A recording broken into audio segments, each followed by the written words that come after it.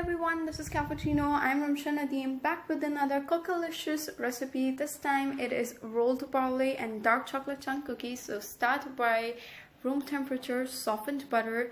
Yes, I'm using salted butter here, and make sure you're using salted butter and not margarine. That will give you amazing results. Add in some granulated sugar and some finely packed brown sugar into it, and I will give you the list of all the ingredients along with the quantities in the description box below, so you can go and check that out over there.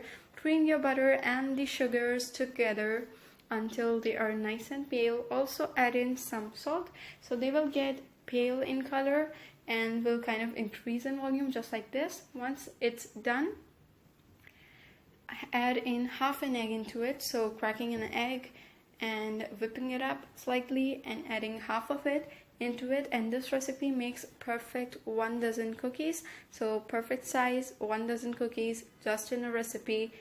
You can't ask for more, you know.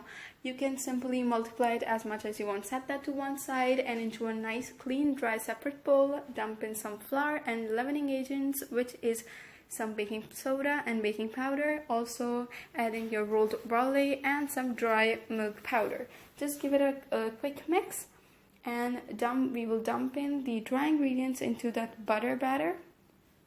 Once that's done, just quickly give it a mix using a whisk or your electric mix. It's all up to you. And now dump in the dark, very good quality dark chocolate chunks into it. I personally prefer chocolate chunks instead of chocolate chips because they are quite waxy and doesn't taste that good.